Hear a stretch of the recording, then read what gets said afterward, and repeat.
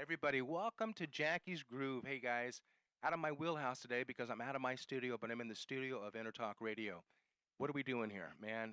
It's going to be another great day. I had a great interview 3 weeks ago with Richie Kotzen, and the outpouring of love was just ridiculous. So we talked about this, and of course, with publicists, they don't want to give any more than a 15, 20-minute talk, and Richie and I ended up talking like we were brothers from another mother, and we had a great time. So on the air, we promised each other that we would definitely be doing this again. And so we're here in the studio in Intertalk in San Diego.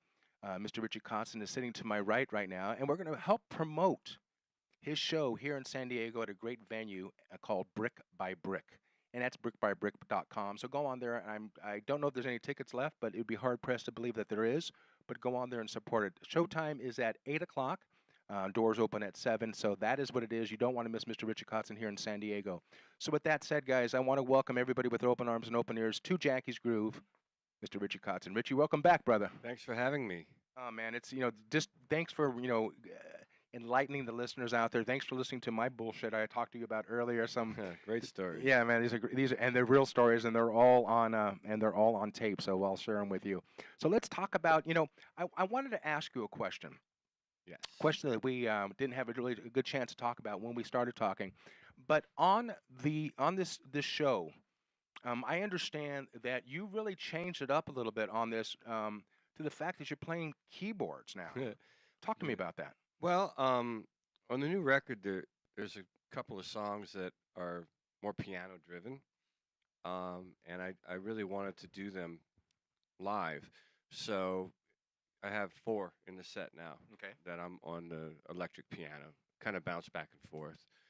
And we're doing a little segment where we do some things acoustic, and so I pull out the acoustic guitar, and Dylan pulls out the upright bass, Very cool. and we do that for a few songs, and of course we do the crazy rock gag that we do. So it's a fun show, and for us it's more of a versatile show, and kind of dug up some older songs that I haven't done in a while. One song in particular that we've never played that I always wanted to play. So it's been cool. We did 3 shows so far, and the audiences have been great. All the shows were in California. This is the last California show of this leg. What is it about us and catching everybody on their last show? Well, it's it's a good funny. thing. Well, it's not the last show of the tour. This is the Right. 4th show of the tour, so it's still very early on, and we're working out a lot of the kinks. But it's interesting that usually the last couple of U.S. tours I did, I would end in California, and I live here. So this time we're starting in California. So it's kind of been a weird start to a tour because we played in Agora at the Canyon Club, which is right around the corner from where I live. And then we did Pasadena, and then we did Coach House, and then I went back home to the 2 days. Canyon for 2 days. Right. And it's like, well, I didn't feel like I was on tour. So it's this kind of weird herky-jerky. I like to get on the bus and just go. But it was nice. I got to go home and spend time with my wife, and we spent the day in Malibu, and then now here I am in San Diego. Now it's like, now the tour is really starting. It's really starting now, so I'm looking at it. And do me a favor, real quick. Look at that camera right there, and say hi That's to a Mr. camera? Yeah, say hi to Mr. Al DiMiola. He's Al Tiviola. yeah, he's a Watching. fan, man. We talked yesterday Oh, in that's length. great. I'm a fan too. Yeah, man. So he wanted to make sure that you knew that he is a fan. And I didn't realize that was a camera that close to me. This is going to scare everybody away. Thank God I'm wearing a hat and glasses.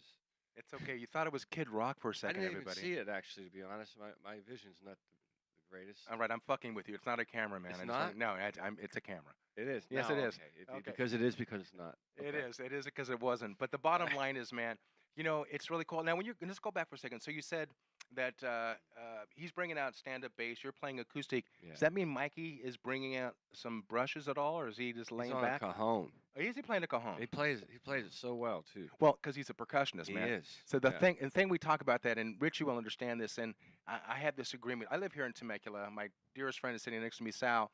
Sal knows how I feel about cajons. How do you feel about I it? don't feel about cajons Oh, you because the don't bottom like line is, unless you're a percussionist, you should be the only one fucking playing a cajon, because a cajon is not a trap set, people. Right. And you compliment the guitar player. You don't step on his ass. Well, he does a great job with it, and I think he knows what he's doing. He gets mad at me sometimes. I'll joke and say, I said, when you're done playing that box, put it back, move it off the stage, or bring the box out. If I refer to it as a box, he gets real mad. Well, But I do it on purpose. I respect the art. if you can't piss off your drummer, who are you going to piss off? I like to tease. Hey, and it's so funny when you say about that whole situation, because when you think about it, it's not going to be the Mike Bennett show, but when you think about the contrast of what Michael's doing with you, Yeah. rocking the house like crazy, and his biggest thing before you was Hillary Duff. We won't hold that against him, man. No, but he really grew up. The thing that's great about him and Dylan, Dylan Wilson's the bass player, and Mike Bennett is playing drums with me. For those that don't know, they grew up playing together when they were young, and they come from a jazz background, which I do not.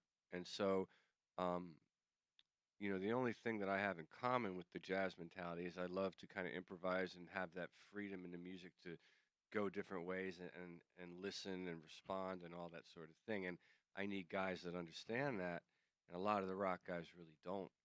So in playing with these guys, they have that jazz thing in the improv element, and so it elevates my playing when we play together live. So it's really the perfect rhythm section. Are they cueing you though? I mean, No, I cue them. Okay. So the Yeah. bottom line is, but I mean, do you? Look, I'm the fucking star. that's the bottom line here, guys. I cue them. So dude, I'm waiting back. I didn't wake. It's early, but it's not that early. In all seriousness, I mean, I'm usually the soloist, and so they're kind of. But then what happens is there's so many points where I hand the ball off to Dylan, or I hand the ball off to Mike, and then they do something, and I can kind of work around that too. So, yeah. So we're playing my songs. It's my music. However, the way that I am by nature is I want guys that are going to be able to exist in that, of course, whatever you call it, and take it to another place when it needs to go somewhere else. And they just do it so great. I'm so happy that they're my rhythm section on this tour. So my question to you, on this current tour right now, is it going to be a melding of old and new, or are we playing more old or new stuff? Well, I guess, we're doing like 6 songs from the new record, which is a lot for a new record. A lot of times guys will just do a couple. Talk about the record. And then we've got the old stuff too. So it's a nice combination of both. The record's called Salting Earth, and I guess it came out a few weeks ago. And according to Billboard, it's got a good first week. It looks like it's doing well. God bless, brother. And the shows have been great. People have been very responsive, and so that's making me feel very good. So I'm happy and excited about the record. The record's been done for since last summer, and basically when I knew it was finished, I kind of put it away, and I wasn't really planning on. Well, I was planning on releasing something at some point in my life, but in my mind, it's like, I'm going to put it away. I'm going to go do some other stuff outside music for a while and come back to it and see how I feel. So I came back to it around the holidays and listened to it. And at that point, I was like, no, it's done. I really like it. I like what it represents as far as, me and everything. So we made plans to release it, and here we are. Okay, so question I wanted to ask you is, I remember in our last conversation, you told me that in your new place, you don't have your studio in-house, at least not yet. So with that said, how much pre-production was done out?